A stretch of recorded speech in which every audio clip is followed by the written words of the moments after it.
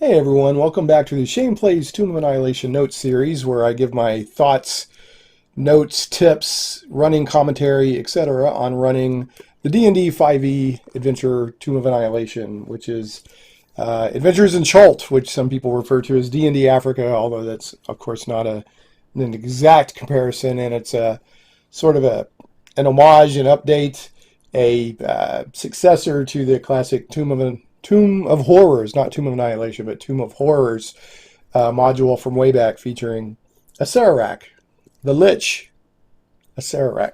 So, getting right into it, just want to give the quick recap I always do. If you're a returning viewer, thank you so much. I really appreciate your views and commentary. And if you're a new viewer to this series, what this is it's not an actual play.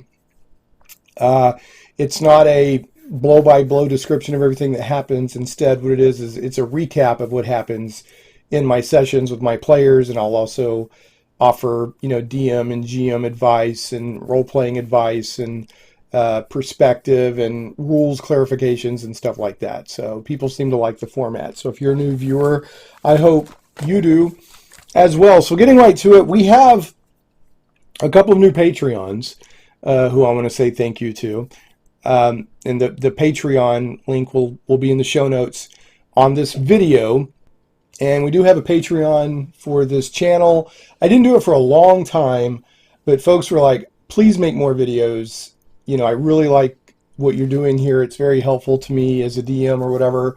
And to be quite honest, it's hard for me to find the time to make the videos consistently. So if there's some income coming in, that helps me. So right now, there's certain milestones where, and I've got good news. We've hit like one of the first major milestones where as I hit certain milestones, I'll make the videos more often. So, but we have hit the first major milestone, which means that I will give one. I commit to at least one tabletop RPG video a month.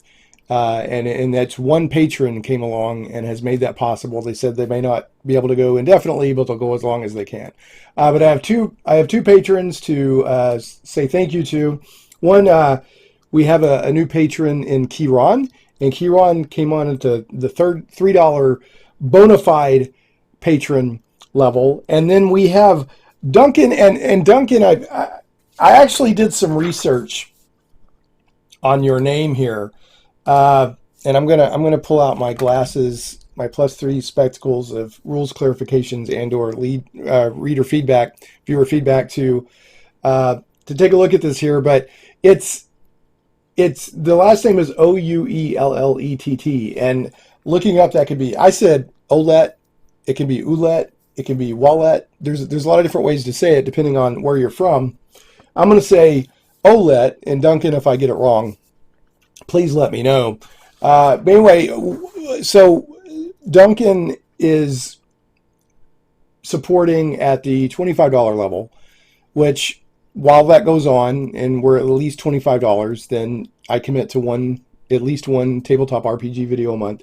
And two, that it comes with a haiku. That level of support comes with a personalized haiku. So this is your haiku, Duncan. And one of the reasons for what's in this haiku is I did some research on your last name, and it says of all the French names to come from Normandy, Ouellette is one of the most ancient. The name is adapted from the French word Oeil, O-E-I-L, meaning eye, which was used metaphorically to refer to the source of a spring or fountain. So here is your haiku, Duncan. It's Duncan Ouellette, a flowing fountain of cool. His dice are mighty. So thank you so much again, Duncan, and I'm sure everybody watching the videos appreciates your support as well. And thank you also, Kieran. So glad to have you along. And of course, at the end of the video, I'll list the Patreon supporters or Patreon patrons. I'll list the patrons at the end of the video. So getting right into it, let's get into that rules clarification and viewer feedback. We'll do that, and then we'll get to the main recap. of what happened, and most of this video will talk about Firefinger, which is it's not a must-do part of Tomb of Annihilation, but I thought it was a fun part. So here we go. Anyway, so getting into some rules clarification. One of the things that came up, every now and then, even though you know a rule, you forget it, or you're like, do I really know how that rule works? So I went and looked this up. And the question was, when turned, do undead run immediately or on their turn? So I thought it was worth super quickly revisiting the rules for turning undead. So let's go to the player's handbook in page 59, and we'll take a look at that.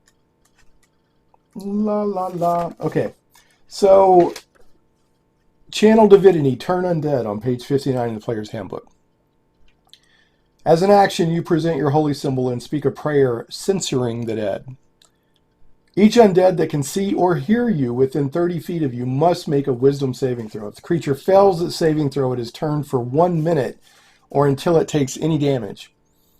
A turned creature must spend its turns trying to move as far away from you as it can. And it can't willingly move to a space within 30 feet of you. It also can't take reactions. For its action, it can use only the dash action or try to escape from an effect that prevents it from moving. If there's nowhere to move, the creature can use the dodge action. So the main question is answered right there. It says a turned creature must spend its turns trying to move as far away from you as it can. And it can't willingly move to a space within 30 feet of you. So when they're turned, they don't immediately run off. They run off on their turn. Their turn. They'll run off on their turn. And I have to say, it's as a DM, as a player, I love turning undead. I think it's a great ability, and I love to do it whenever it comes up. As a DM, it can get really annoying because what happens is you get this sort of accordion effect where the undead run off, and then they come back. And then they run off, and then they come back. And then they run off, and then they now come back. And that can really prolong combat. So a lot of times what I'll do is not a lot of times, but I have in fact where it's like, la la la, we're just waiting on the undead no longer to be turned, so they'll come back. And then, sometimes the players will chase them, but I'll say, look, we can play it through, and you'll get full experience, or we can just assume you set up an ambush for them when they come back and take them out and not actually do the combat, and you'll get half experience. Or if it's been really like, we only got like 5 minutes left in the session, we got to go. There have been times where I've said, look, you guys are going to kill them all, and they get their full experience. So anyway, so that's the thing on turning undead. It's turning undead's turn to be in the spotlight. Okay, so the next thing that came up, and this was when it was at Firefinger, and they're trying to climb up the... Firefinger's a big spire thing. Can Druid wild shape into a giant spire and carry the shield? Remember, they've got Vorn now, the shield guardian, big heavy shield guardian. And they were like, well, can the spider... Because they wanted to take the shield guardian up into Firefinger. Remember, the shield guardian is a big lumbering thing that will follow it, whoever's got the control amulet, it'll follow them around and defend them and that sort of thing. So, so that comes down to carrying capacity. And carrying capacity is in page 176 of the player's handbook. So let's go to that. And I can't remember how heavy the shield guardian is, but the shield guardian's heavy. It's a wood and metal and construct. It's a big heavy metal thing. Heavy metal. Anyway, so this is page 176. La la la. Carrying capacity. Your carrying capacity is your strength score multiplied by 15. This is the weight in pounds that you can carry, which is high enough that most characters don't usually have to worry about it. So in this case, a giant spider's strength is 14, so you would multiply it by 15. And what is that? It's going to be 10 times 10 is 100. And what, 5 times 4 is 20, so let's see if that's right. 15 times 14. Let me see if I got that right. La la la. Where's my calculator? I know I have a calculator on here. Did it disappear? My calculator disappeared on my phone. This is exciting, right? Watching me find my calculator on my phone. I thought I had it as one of my main apps, but I guess I don't. There it is, calculator. All right, 15 times 14. 210. I was off by 100. So 210. I was off by a lot. What did I say? 120? That was... My math skills are strong! Anyway, and I ruled that the Shield Guardian was heavier than that. Because 210, like, I personally weigh more than 210. So that big Shield Guardian is going to weigh more than that. So rule no, the Giant Spider, the Druid can't wild shape into a Giant Spider and then carry the Shield Guardian up. And we also determined that there was some rope. There's some rope and wood ladders that go different parts of Firefinger, and we determined that the Shield Guardian would destroy those. So the Shield Guardian, without a lot of engineering or something, was not going to go up Firefinger. And in fact, it did not go up Firefinger. Climbing speed. Okay, so if this came up, if a monster or a character or whatever NPC has climbing speed, what does that mean? Is it spider climb? And the answer is no, it is not the same as spider climb. Okay, what climbing speed means is you don't, and this is in the player's handbook on page 182, you don't spend an extra foot of movement for every 1 foot climb. So most people when they're climbing, they have to spend an extra foot of movement. Or if they're in difficult terrain, I think they have to double that. So they don't spend that. If you have climbing speed, you don't have spider climb, which I think gives you advantage and all kinds of craziness. It's a magical climbing ability. But if you have if the movement on a character or NPC or monster or something mentions a climbing speed of whatever, that means that you climb like normal, but you don't spend extra movement to climb in either. Now, you'll still do the normal double difficult terrain, but you won't get penalized further on difficult terrain. But you could still have to make rolls or something like that if the climbing is difficult. So that was another rule that came up. We're going to keep climbing through my notes. Climbing through my notes. Okay, here we go. Rules. And the reason I say that is because when I have rules in my notes that I want to make sure to mention, I put a little box in it. It says rules. See, I make all these notes while I'm running the adventure. One, so I can refer to it later in general, but two, for these videos. If I didn't, I couldn't tell you anything that happened. I'd be like, they did something. Thanks for watching the video. We'll catch you next time. All right. So this question came up. If you drop past a creature while falling, like, so here's the creature and you're like, and fall past it, does it get an attack of opportunity on you? And I ruled, and I'm pretty sure the rules would agree with this, that if you enter and then exit a creature's threat range, it can get an attack of opportunity on you. So now different DMs may want to say, well, you're plummeting and whatever, so maybe they're at disadvantage or something like that. But if you plummet past something and enter and exit its threat range, then it can take a swipe at you, just like anything else. Okay, and then falling damage, of course, is you take 1d6 for every 10 feet of falling, I believe up to a maximum of 20d6. That's on page 183 again. Have you already been to 183? Yeah, we were talking about climbing. Okay. So falling. We were on 182, I think, for climbing. For 183, for falling, a fall from a great height is one of the most common hazards facing an adventurer, and we have a character die from that in this campaign later. In a future video, I'll cover that. At the end of a fall, a creature takes 1d6 bludgeoning damage for every 10 feet it fell to a maximum of 20d6.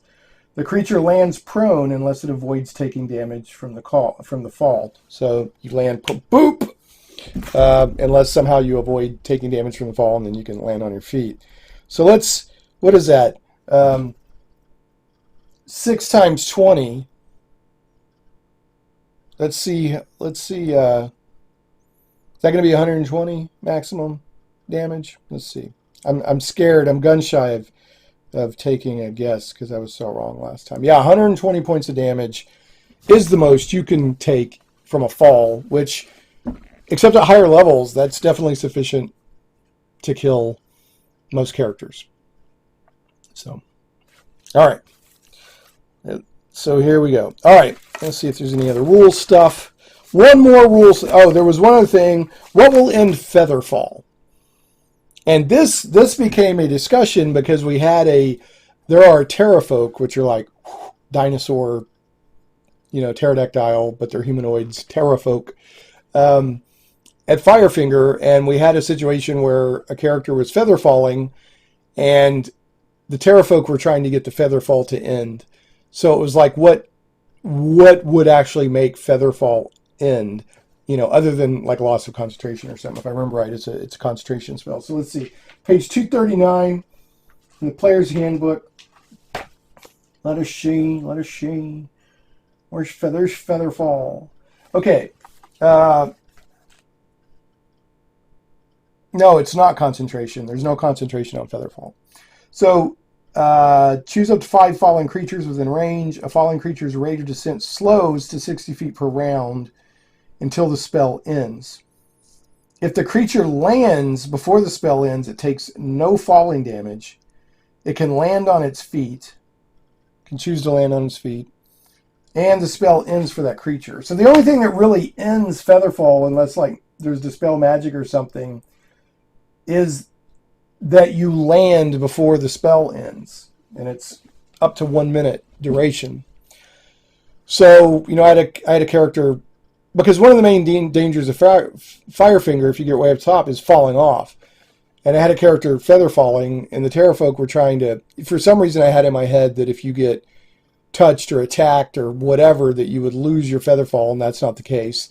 And there was discussion of like, if they grabbed him and shoved him up against Firefall and stopped all movement, is that considered landing?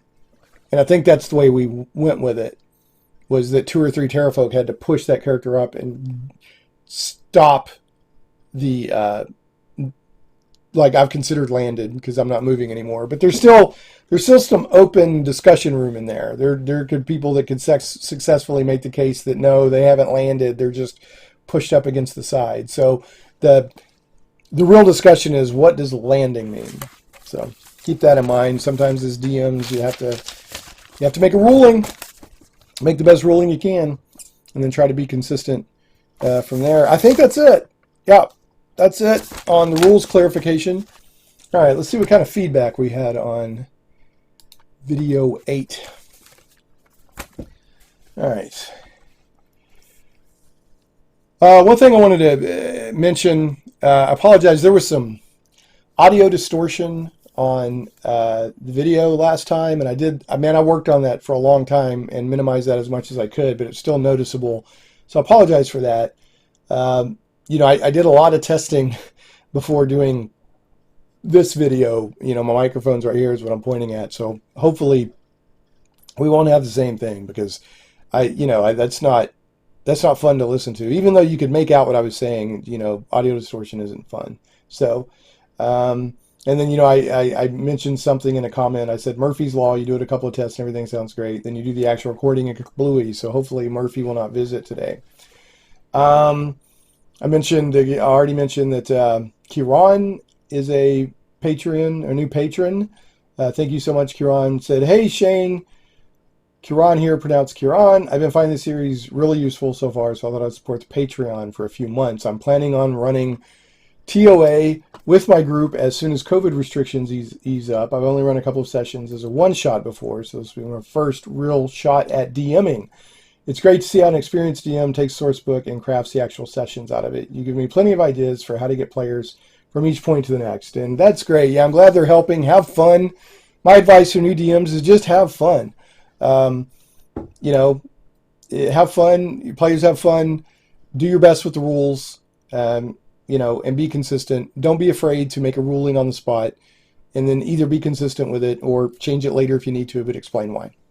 If you have to rule in a similar situation next time. And I would say yes, that getting players from one point to the next in Tomb of Annihilation is kind of challenging because there's 2 or 3 spots that are very important to the overall story of Tomb of Annihilation, but a lot of the stuff isn't. And it's this huge continent to explore, but yet there's a built-in countdown timeline with the curse, the death curse from the Soulmonger. So it's a challenge. That's a challenge. Keep them moving. I've come up with a story reason for why the timeline doesn't matter as much for the person that hired them, but the death curse in general is still a big problem. And if they're gallivanting around, let me go look at every squirrel and look at every little thing. Yeah, it's fun game-wise, but it kind of throws off the narrative. All right. Linda McGurk, so excited to see this video. I'm DMing Tomb of Annihilation and just started. This is my first time as a DM, and I found the rest of your videos so useful. I listened to the dinosaur race one multiple times. Yeah, that was very fun in our campaign, so I had fun making that video too, explaining it. My party is still in Port Nyanzaru, but we'll be venturing out in the jungle soon. And I was sad to see your video seem to have stopped, but this was such a good surprise. Thank you. Yeah, no, I'm keeping making them just as I can get to them. And one thing I'm doing is the oh, it looks like I got like missing a tooth. I'm not missing teeth. It's my beard. Sorry. Sorry, my mind. Okay, so no, I'm making them when I can get to them. So there we go. And then Sonic Halo said, despite the audio problems, this was a pleasant surprise to wake up to miss the series. You're welcome, Sonic. And again, apologize for the audio problems. Okay, Chris Hardgrove said, in my old group, I was forced to boot a player. Get ready for this one. For excessive flatulence and laughing about it. Eventually, the group disbanded. That's how the Tomb of Annihilation got a TPK. That's probably not the first time somebody's ever gotten kicked out of a group for excessive flatulence, but that's probably not very common. I'm guessing I was probably talking about like when you have players that burp or do weird stuff at the table, and you're like, that's not really acceptable in normal life. So why is it acceptable at the table? And how do you handle it? So that's probably what that was a reference to. But I'm sorry that your party went up in a puff of gas, Chris, and I hope that you get another group together soon. So, okay, Firelord Singer, and this is going to be a longer comment, but he brings up an important point that I want to address. So he said, "Oh my gosh, you're alive, man!" Yeah, I'm alive. I felt out. I've missed you. So much has happened. I don't know if you remember, I was DMing Out of the Abyss a little bit behind you. We finished that after my group complained I was dragging the story. So I trimmed the second half after escaping. That was basically the end. So they escaped halfway through and then didn't do the second part of the adventure. So logically, what happened is that the demon lords escaped and wreaked havoc on the prime material plane. But Firelord Singer can rule however he wants. Maybe somebody else fixed the problem. Maybe King Bruner fixed it. I DM'd my players through Curse of Strahd, kind of. I've learned so much. First off, my friends are not a very good group with me DMing.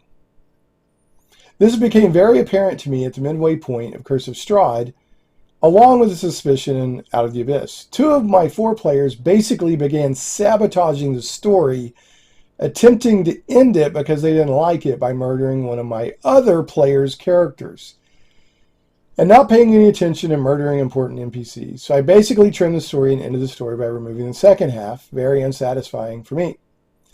I've since stepped down and my other friend has taken over DMing. He uses 0 rules, 0 spell slots, and we're not playing D&D at all. It's basically cooperative storytelling, and if you roll under a 10, you fail, and over a 10, succeed.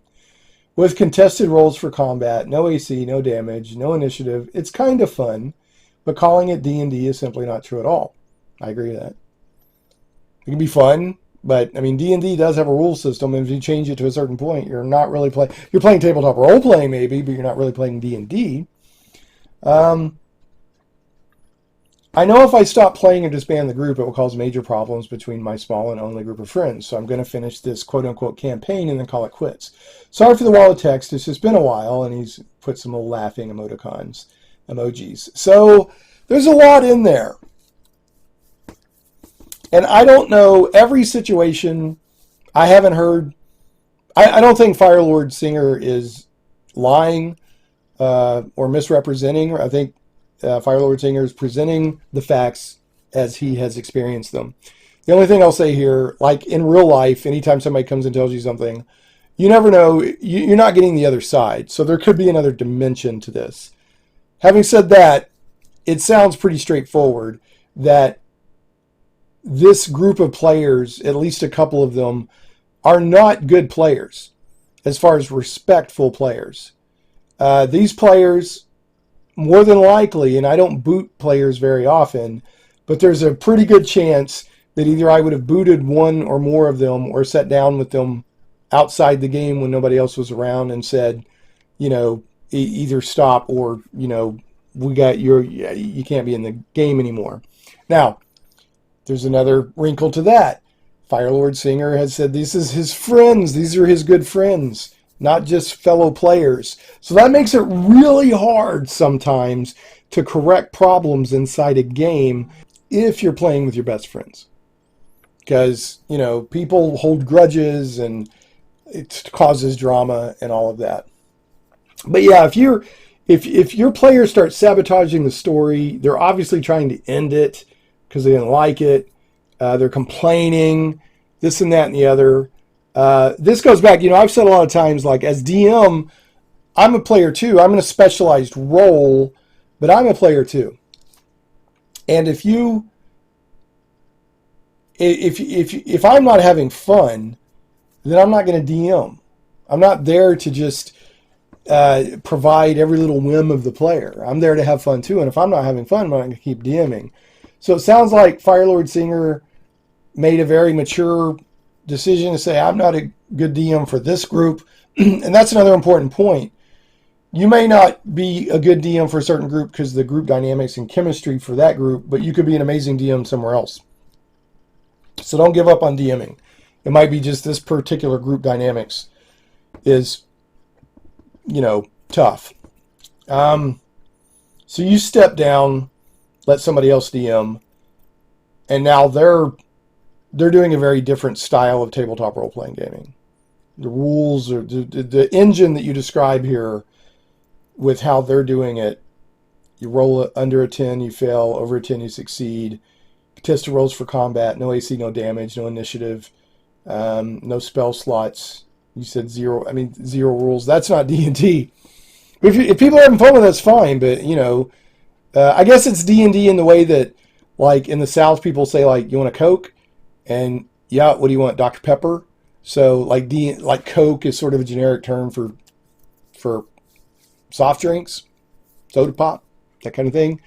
So I guess it's D&D if you're using D&D as a generic term for fantasy role-playing at the table.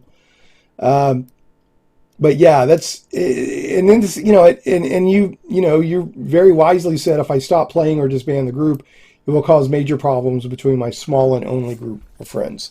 So I understand that you're caught into. You might want to see if you can seek out some role-playing online. There's a lot of online role-playing going on, especially now during COVID, on like Roll20 and Fantasy Grounds. So if you enjoy your friends, but you're not getting your role-playing itch scratched with your friends, and I've been there to where, I wanted to role-play a certain way and play certain kinds of games, and my friends didn't, but the only people I could play with was them. So it was like, yeah, I was getting to play D&D, but I was always kind of frustrated. There's a lot of online gaming going on right now, so I would encourage you to check that out. And I do think that I don't think that group sounds very respectful. Now, I haven't heard their side, as I said, but the things you described do not sound respectful to me. So don't be too hard on yourself there, Firelord Singer. All right, that's it for the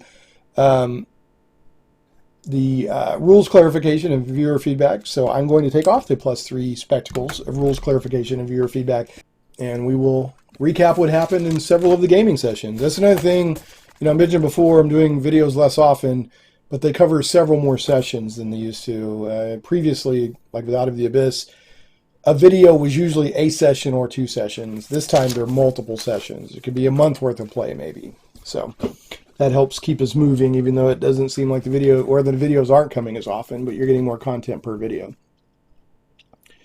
Okay, so they had left, they had, got Vorn, they had their adventure at the Goblin Village, I believe it was Yell Yark.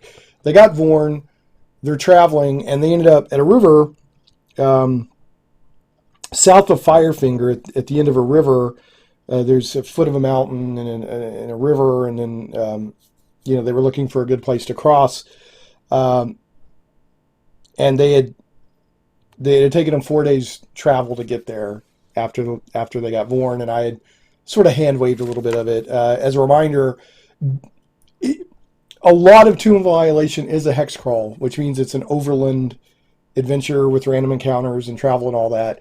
And I do a lot of that, daily rolls for encounters and describing what's happening and this and that, but I also hand wave some of it, especially if they're recrossing terrain they've already covered. So try to find that balance, because none kind of defeats the purpose of a lot of the, you're exploring a jungle. Too much gets tedious, so try to find that balance. All right. So they made it to where they wanted to cross, where again it was south of Firefinger. A river was kind of dwindling down towards where mountains started, or there was a mountain. And I was like, okay, how do you want to cross this river?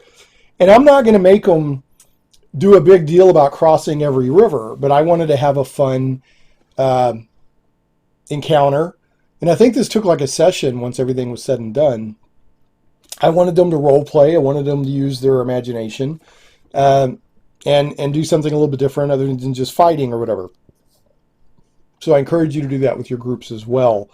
So what they did is they have a lizard folk druid, and they sent him across, natural swimmer, I guess, kind of thing. I can't remember if lizard folk have swimming speed, but anyway. They sent him across with 3 ropes tied together, so you've got about 150 feet. And a lot of times my players will say, well, how wide's the river? How deep's the river? What's the angle of the cliff? What is the exact geological makeup?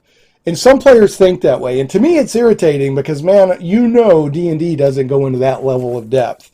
It just doesn't. I guess every now and then there could be a module or an adventure written or some kind of source book where somebody goes into that kind of detail. But that's just not the normal detail you get in D&D. In a D&D pre-written adventure, what exactly are the hinges made of in the door? But I have a player that thinks that way, so I have to stop and think, and do my best without being grumpy to answer that question, because it's a fair question. It's a fair question for the players if they're trying to solve a problem or understand something. But I don't know the wind. I don't always know the wind speed. I don't know the pH balance of the water, all that stuff. So, and remember, sometimes players will ask you that stuff. So just make it up, go on. Anyway, so they sent the lizard folk across with 3 ropes tied together, so it was 150 feet of rope, to tie a rope across the river using trees. You said there's trees there, so they tied a rope across the river. Then they used the rope to climb across, either, get on the rope with your legs and your hands and kind of scoot across like, we did a basic training, or maybe just, hand over hand over hand, or, maybe some people you put your legs on one end and then you do like that and you scunt yourself down, but you're kind of hanging, whatever. They were just climbing across. I can't believe I'm going on. Speaking of not knowing all the detail, I don't know if I'm going into all that detail, but anyway. So then they used the rope to climb across. So what I did is I required 2 DC 10 athletics checks or acrobatics checks to get across successfully. So also, and they had to back that up a little bit, they had done some discussion on, do we want to use rope, or do we want to or do we want to build rafts? And I didn't tell them this, I don't think, but I had determined that if they used rope, they were going to get one random encounter check while all this was going on, because it's taken them a while to do all this. Or if they built rafts, they would get 2 random encounter checks, because it takes longer to build rafts than it does to tie a rope across. But they went with climbing, so I just gave them 1 random encounter check. Also, each time, if somebody said, I'm going to swim, I'm not going to, a couple of people, so I'm just going to swim. I said, well, that's in a random encounter check if you're going to swim across a 150-foot river. Or if somebody fell in from the rope, that was a random encounter check. So it led to a few random encounter checks, and what happened was they did get a Garrulon encounter, which is the big 4-armed gorillas, and the Garrulons, once they all got across the river, the Garrulons took interest on the other side and started coming across the rope, and the party, instead of wisely, in my opinion, especially at the level they were at, they used Pass Without Trace, and they snuck away rather than fighting the Garrulon. So that was a fun encounter. So don't, and that's not in the book. That's not in Tomb of Annihilation anywhere, to do a river crossing that I know of. I just kind of threw that out there, so don't be afraid to do that, in your game. Just try to make it fun, not tedious. So now, not every player is going to love every encounter type as much as another player. Okay, but then that player that's like not super into climbing across the rope will be super into another type of an encounter that another player is not. So keep that in mind. Just make sure there's enough variety that everybody's getting something out of it. So as they're approaching Firefinger, they stayed under the jungle canopy as much as possible while approaching the tower, and stealthed across a big open area. So, Firefinger is like this big, huge, natural spire. And you can see it from a long ways off. So as you're getting closer to it, you know it. Now, in this case, they knew what they were going to, because the reason, if you remember, that they were going to Firefinger was their guide, Azaka, who's secretly a were-tiger, that they don't know this, even though I've dropped a couple of hints before this and they haven't picked up on them, was like, if I will guide you and charge you nothing if you will help me retrieve a family heirloom from Firefinger. And they said, okay, we'll do that. So as soon as they got finished with Yeldyark and Vorn, she was like, will you help me now? And they were like, yes. They wanted to, have honor and agree to what they said they would do. So this was kind of interesting, and this has only happened once so far in this adventure, but it says the druid used, or I wrote my note, the druid used druidcraft to get a sense of weather to know when it would be raining. Because Azaka had recommended, and that's in the book, in the adventure book, to approach when dark or raining due to pterafolk's visibility and high ground advantage. So and it rains almost every day in Chult. Sometimes you get a tropical storm out of nowhere, but for the most part, you're going to get some rain every day in Chult.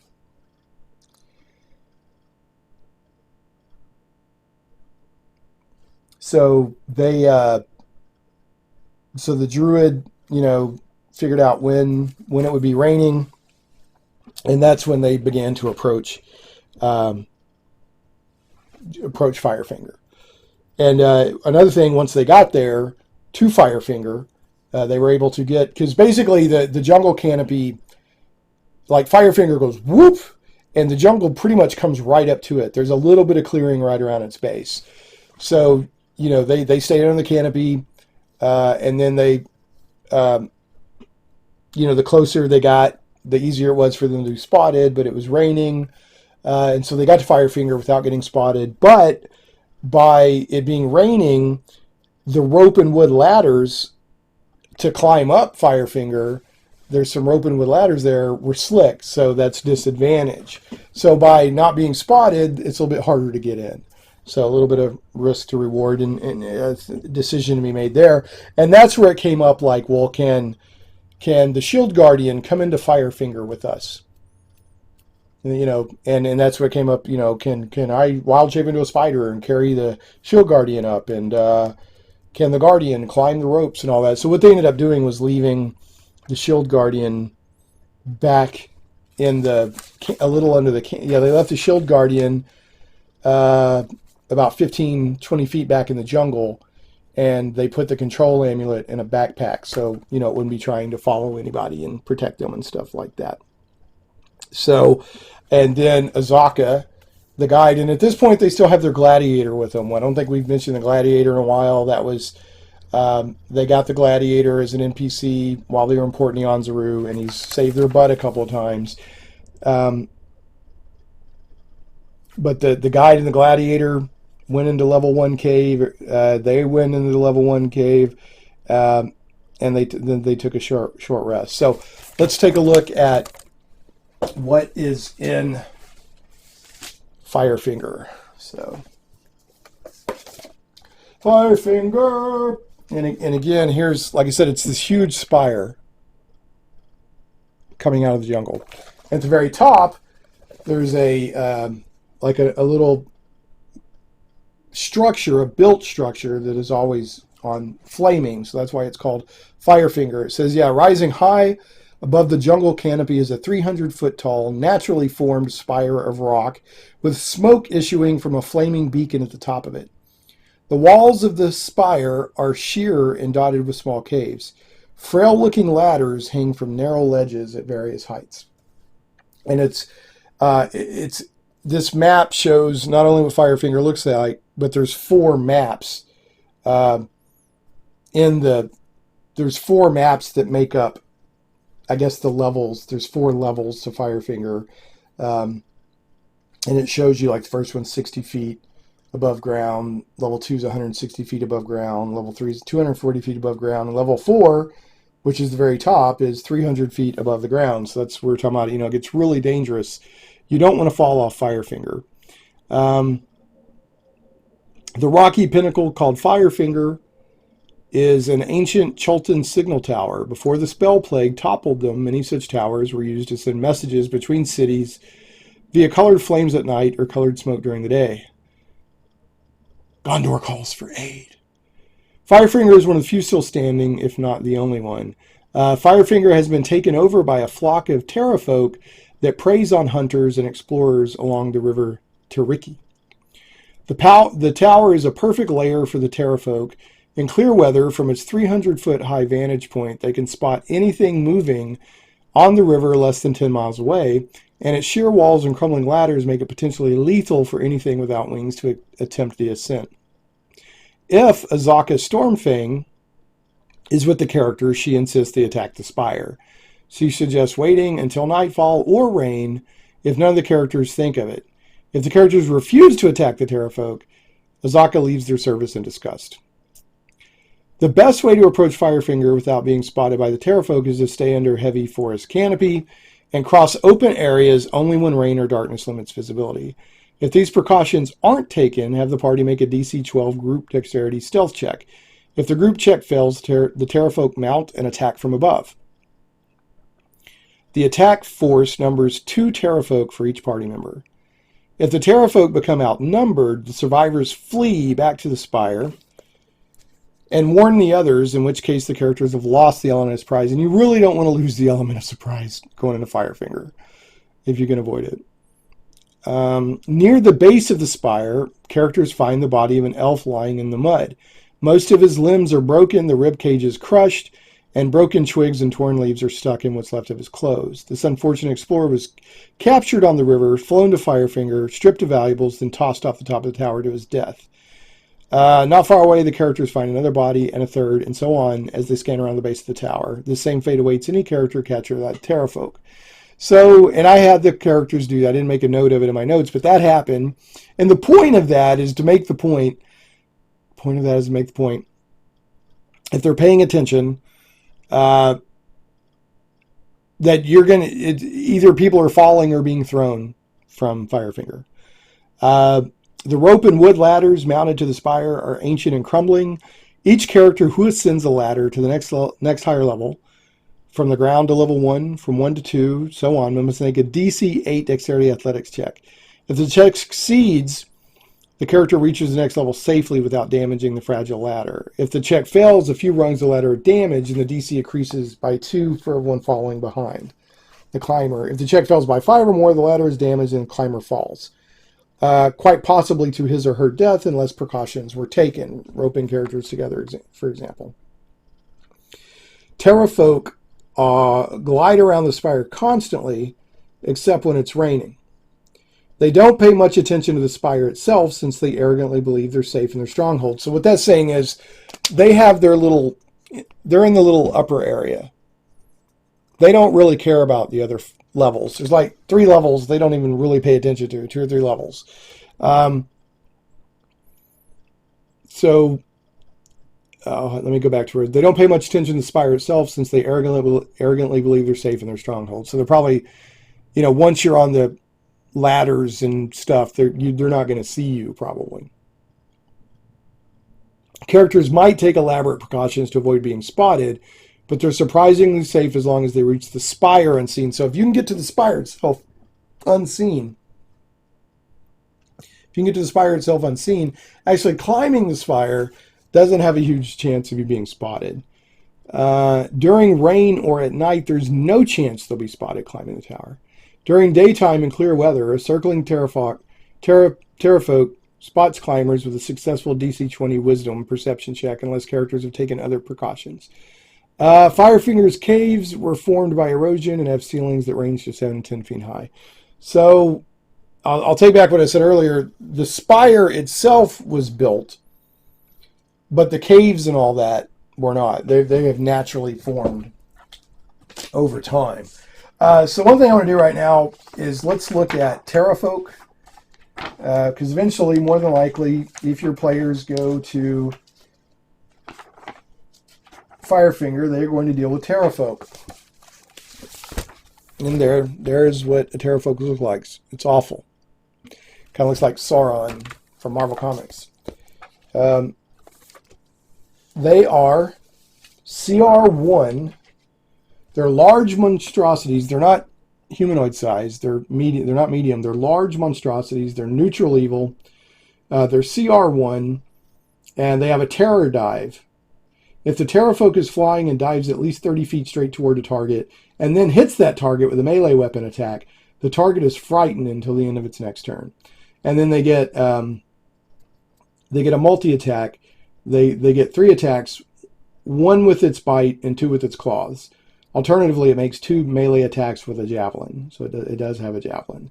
Other than that, they have 26 hit points. They have an armor class of 12, 26 hit points. They can walk 30 feet, fly 50 feet. So they're only really dangerous in numbers or in the ability to toss somebody off of the actual spire. So that is the main danger of the pterafolk. And they're sort of natural. Well, no, let me take that back. I'm thinking about the Aarakocra and gargoyles being natural enemies. I think so. Just ignore what I was about to babble without having a clue. So anyway, let's go through level by level what you can expect to find in Firefinger and tell what happened while my players were doing it. Okay, level 1. Level 1 is an abandoned cave. And the main thing you need to know about here is that there are 4 giant wolf spiders that nest in crevices along the walls. There's a pit. There's a 10-foot deep pit sort of in the middle of level 1.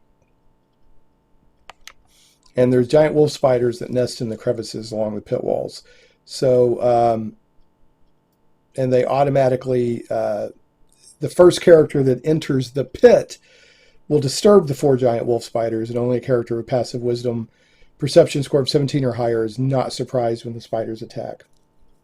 So, and I did it wrong. I had read it, but I did it wrong. I had the spiders attack as soon as the first character went into the cave, which is fine too.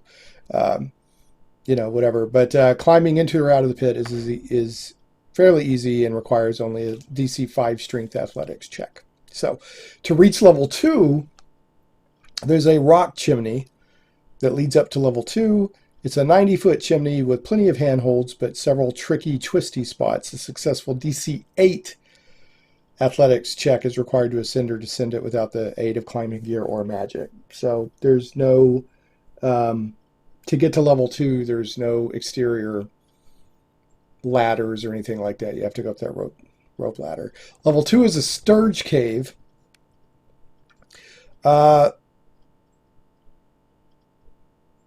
Well, now maybe I misspoke, because it says a ladder clinging to the south face of the spire ends at this level, which is 160 feet above ground. Oh, I think it's going from like level 3 down to level 2. There's a ladder clinging to the south face, if I'm understanding it right. The pterafolk don't use this cave. However, the chamber in the northeast corner is the lair of 9 sturges. I love sturges. I don't know why. I think maybe it's one of the first creatures I encountered playing D&D, and they were this exotic, like blood-sucking bird things, and they just always kind of stuck with me. Pterafolk don't use this cage. However, the chamber in the northeast corner of the lair is 9 sturges, which clings to the 10-foot high ceiling. They don't react unless multiple characters enter the lair or someone brings in a torch or other open flame, in which case they attack. 6 months ago, there was an explorer who was captured by the pterafolk. He managed to escape. He got this far before the Sturges got him, or her. Her desiccated corpse is slumped along the northern wall of the Sturges chamber, and the glint of golden gems can be seen through tattered clothing and a rotting purse. So there's some treasure in here. You got 15 gold pieces, a golden carnelian ring that's worth 60 gold pieces, and 2 onyx figurines representing chwingas, which are these cute little spirit thingies. Chwingas. They're in the appendix of this book. Yeah, it says see Appendix D for more information on chwingas. And the little onyx figurines representing chwingas are 50 gold pieces each. So, now, and then it says, on level 3, it says clinging to the west face of the spire is a ledge, above which is a ladder leading to level 3. So I'm a little confused. Maybe you can take a ladder right to level 2. And that that chimney inside level 1 is only one method. Anyway, do it however you want. The players aren't going to know any different. Well, just keep it fun. Clinging to the west face of the spire the spire is a ledge, above which is a ladder leading up to level 3. Whenever a character crosses this, I love this. The ledge. Whenever a character crosses the ledge, like, oh, we got to cross the ledge to get to this ladder, roll a d6. On a roll of 1, a sudden gust of wind threatens to blow the character off the ledge. The character must make a DC 9 dexterity saving throw. If the saving throw fails, the character falls to the base of the spire unless he or she is secured by ropes or whatever. So there's just getting to that rope and climbing, you can die. All right. Level 3 is the pterafolk nest. Pterafolk elders inhabit this area. There are 4 elder pterafolk. So they're the same as the other pterafolk, but they have less hit points. They only have 13 hit points because they're elder. They spend most of their time tending the fire, which makes the chamber stiflingly hot and smoky, and carving grisly totems from the bones of their enemies. And whenever the pterafolk have enemies or have captured enemies or prisoners or whatever, they're in this cave. And there's one prisoner, a male Aarakocra, that's a bird person, named Nefer. He's from Kursabal. Kursabal is an area that has become very important to my campaign. It's sort of a base of operations for my players. They're on friendly terms with the Aarakocra there. And the Aarakocra there have a couple of humans that live with them that are important to Chult and da-da-da. So anyway, this prisoner is kind of important. He was ambushed while he was on patrol. If you free him, he's grateful, and he says, hey, go to Kursabal and petition Ashara. She's the big kahuna leader at Kursabal of the Aarakocra, To perform the Dance of the Seven Winds. This dance, he says, is part of a magical ritual that grants non-flying creatures the ability to fly. Once back at Crucible, he will spread the word of the character's heroism, so characters gain advantage on charisma checks made to influence the Aarakocra of Crucible from that point on. And I forgot to do that, honestly. I mean, they still were able to develop good relations with the Aarakocra at Crucible, but I flat forgot to give them advantage on all charisma checks. What I did do was, Nefer spoke for them in their favor, and that helped. And I played him, I don't know why. I played him like, hey, dude, what's going on? I don't know why I played him that way, but I did. It's like, yeah, you guys are the best. All right, man, I'm going to get out of here. And I don't know why I played him that way, but my players really liked it. They thought it was funny. So, and then level 4, to get to level 4 from the pterafolk nest, there's a 50-foot tall chimney that ascends to the pinnacle of Firefinger. It's got plenty of handholds, requires a successful DC-8 strength athletics check to climb without gear or magic. At this height, any significant noise in the shaft alerts the pterafolk in Area 4 to the presence of intruders. So the pinnacle, and this is probably where most of the action is going to happen, because this is like a small outdoor area, but it's on top of this pinnacle. The spire's pinnacle is flat and roughly 40 feet square. The edges are crumbling away. It wouldn't be safe to stand too close to any of them. Vines and low brush grow in profusion. Bones and scraps of meat from dozens of creatures are scattered everywhere. A crumbling stone tower rises another 30 feet above the northern corner of this platform, and this is the additional tower where the flame is. A roaring flame floats in the air, hovering above the tower. Tumbled debris from the tower is heaped around its foundation. 3 humanoid creatures with needle-like beaks and leathery wings are whirring the last shreds of flesh from well-chewed bones near an open doorway in the base of the tower, and that, of course, is the pterafolk. This is 300 feet above ground. When the sky is clear, you can see 20 miles around the tower. So the pterafolk never use that chimney that's between level 3 and this pinnacle, other than to occasionally drop food to a prisoner. The top of the chimney is surrounded by rocks and low bushes, providing enough concealment for 3 medium creatures. So they can pop out of the chimney and kind of look around and be stealthy. Hiding from the pterafolk requires a successful DC 12 dexterity stealth check. All right. With advantage at nighttime or when it's raining. Okay, 6 pterafolk layer atop the tower, including the flock's leader, Narak, who has 40 hit points. So the average pterafolk has 26, he has 40. Narak is a hate-filled creature with a scar that begins at the top of his head and cuts down to the right side of its face, and chest to below its right wing. All right. If Azaka's Stormfang is with the group, consider adding more pterafolk to the fight. She swings the balance heavily in favor of the attacker. So I did. I can't remember. I made it, I think, 8, maybe 10. I think I made it at least 8 pterafolk. Additional pterafolk circle high overhead and join the fray at any time, so you can bring in reinforcements if you want to make the battle more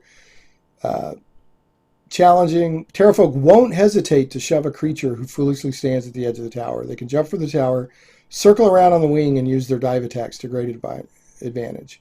And they're talking about that secondary tower. They could jump from that and swing down. Firefinger's Beacon is a magical plume of fire that puts out tremendous heat. Any creature that starts its turn within 10 feet of the flame takes 10 or 3d6 fire damage. Any creature that enters the flame or starts its turn there takes 35 or 10d6 fire damage. A successful dispel magic cast on the flame dispels it. Okay, and then inside the tower are crude nest and 4 moldy wooden chests. The chests aren't locked. Altogether, they hold 2,000 copper pieces, 730 silver pieces, 4 gemstones worth 50 gold pieces each, a scroll of commune, and a spell scroll of commune with nature. It's a spell scroll of commune with nature. One of the chests also contains a cloth-wrapped wooden mask resembling a stylized tiger's face. This is Azaka's Mask of the Beast, and that's what she wants. This is what she's here for. So, I'll give you some notes on how my players did this. and then we will wrap. So they fought the spiders and all that. They messed with the sturges. Wasn't a big challenge for them. They got to level 3, and they fought they freed the Aarakocra, and he said go to Cursaball and ask for the ritual to allow to fly. They fought they fought the elder pterafolk. And one of them flew up and alerted the other pterafolk by yelling and squawking. So the people on the top level, the pterafolk up there, knew something was going on. Now, here's one thing you're going to notice.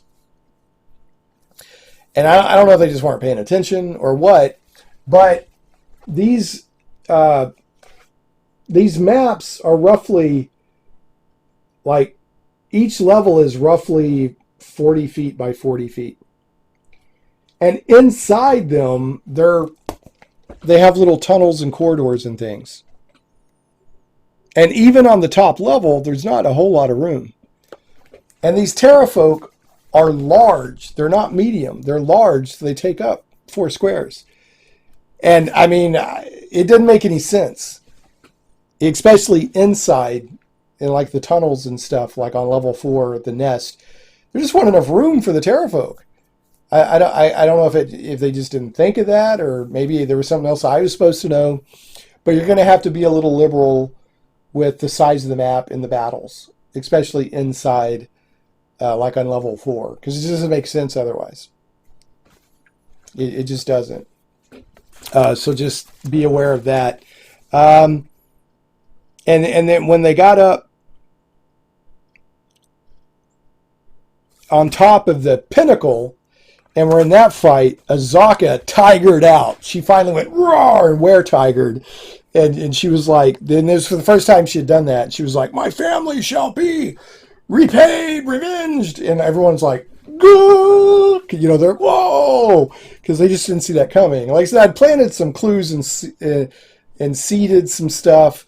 Her acting somewhat cat-like, or sniffing the ground and licking dirt and stuff like that when tracking. And I'd made a couple other comments here and there, just real mild hints, but none of them picked up on it. So they're like, whoa! And I also went a little further, and I think with the story with Azaka, once it was all said and done, I think that she had said that the pterafolk took Firefinger from her tribe of were-tigers, which I don't think is actually what the book says. The book just says that they stole the mask, and that's what she wanted. But she tigered out, started whooping butt. And at one point, they all ran inside that tower to, because all these pterafolk were attacking them. So they ended up running inside that little tower that's on top of Firefinger, and were kind of waiting for the pterafolk. And there was sort of a standoff there where the pterafolk didn't want to go in and get them, and they didn't want to go out and attack the pterafolk. They were hoping to lure them in so they had more control of the battle. Because outside, the pterafolk flying all over the place and bombing, even with Azaka tigering out, the pterafolk kind of had an advantage. And, they want to try to dive bomb and throw people off the tower if the characters come out first. If the characters come out first at the stalemate, the pterafolk want to get them off the side of the tower. And I'll do that. And the pterafolk were prepared to wait a long time, overnight, for the characters. I mean, they don't have anywhere to go. They can just wait them out. So that's kind of where one session ended. And it was like 1 hour till sunset when that happened. So there's 5. So we started the next session. They're all holed up, including Azaka and the gladiator and all that, in that little tower up there. There's 5 pterafolk waiting on them. And they tried to do a short rest in there. They had done a short rest at the bottom in level 1 after they cleared out the spiders. They tried to do another short rest, but I didn't let them have it because they're in there holed up, and the pterafolk are constantly harassing them. So I did not let them get the benefit of a short rest. And so what we did was, or what the players did, and this was pretty smart. This is pretty smart on their behalf. Is that one of the players decided to taunt the pterafolk and to force a fight. And that's what they did. They used, persuasion or whatever, and they taunted a pterafolk, insulting them, blah, blah, blah, Bilbo doing the Addercop can't catch me, from a Hobbit, insulting the spiders or the Ettercaps. And so they provoked at least one pterafolk, if not more, into coming down, and so they were able to get the fight on their terms. And that was, so from there, they ended up defeating the pterafolk. Unfortunately, during the fight, they were successful. They defeated the pterafolk. Azaka got her mask back. But the gladiator, Taban, and I had kind of planned on this. I wasn't just going to completely just snap my fingers and make it happen. But if there was a chance for it to happen, I was going to have it happen. I wanted the guardian or the gladiator to die, because as the players were getting more powerful, they didn't really need him anymore. And in some cases, he was a little bit of a crutch in fights. So I thought it was a good time for the gladiator to move on. Plus, as a DM, keeping up with a lot of NPCs can be a pain in the tuchus. So he was dropped off the spire. The wizard featherfalled him. And this is where it comes out earlier. I was talking about how do you stop featherfall. 2 pterafolk flew after him. He killed one of them in the air. And they shoved him up against the wall, and that's where I determined that his movement was completely stopped. So that was as if he landed, and he plummeted. And the actual falling damage he took was only 180 feet, so 18d6. And that's not enough to kill him by his stats, or it wasn't enough then, but I went ahead and let him die because it was a strong story moment. And also, I thought it was a good time for that NPC to move on. So they buried him, and it also came to light that there was a bit of a romance between Azaka and Taban that they weren't aware of until Azaka reacted very strongly to him dying. Because they got down there, they're like, oh, we want to check on him. And I was like, yeah, he's dead. And everyone's like, oh, they felt it. So anyway, and then Azaka at that point said that, I will take you to the Guardian Naga of Oralunga because you honored your bargain with me. So I can't remember if they knew that they needed to go to the Guardian Naga of Oralunga I know they got some information before they left Port Nuanzaru, or maybe they were told more while they were out adventuring. But anyway, they needed to go there. And I think if I remember right, Azaka said, there's somebody that you need to talk to. And now that you've honored your thing, I'll take you. So even though they had been given hints and visions, she was like, I'm going to take you there. And so that's where the next session, the next video will pick up. They did a long rest at Firefinger, and Azaka said, I'm going to lead you to Oralunga. And that's where we ended. So anyway, exciting stuff, exciting D&D to be had and talked about. Hope you enjoyed this video. Thanks again to the patrons, and we will catch you next time on Shane Plays Tomb of Annihilation Notes series. Thanks for watching.